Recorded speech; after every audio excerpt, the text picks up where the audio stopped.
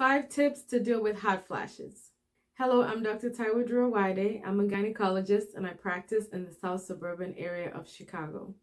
All right, tip number 1, stay hydrated. Drink a lot of water. Tip number 2, exercise.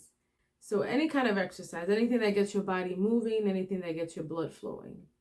Tip number 3, use a portable fan. You can usually tell who's having a hot flash nowadays when you see that portable fan hanging around. It helps to cool you down in the moment. Tip number 4, avoid your triggers.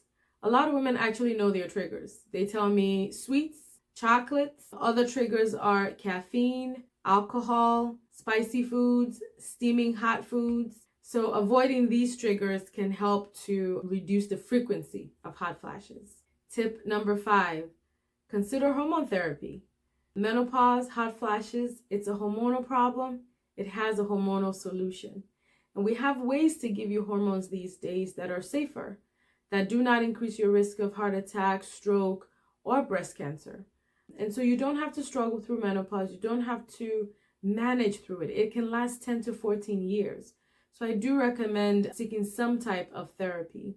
Again, I'm in the Chicago South suburbs, Homewood, Flossmoor to be precise. If you're having hot flashes, you don't have a gynecologist, come and see me. I'd be happy to help you. Review your options and go over which one is best for you. And share this with women you know who are going through the same things. Follow me if you haven't followed me already, and I hope to see you soon in my office.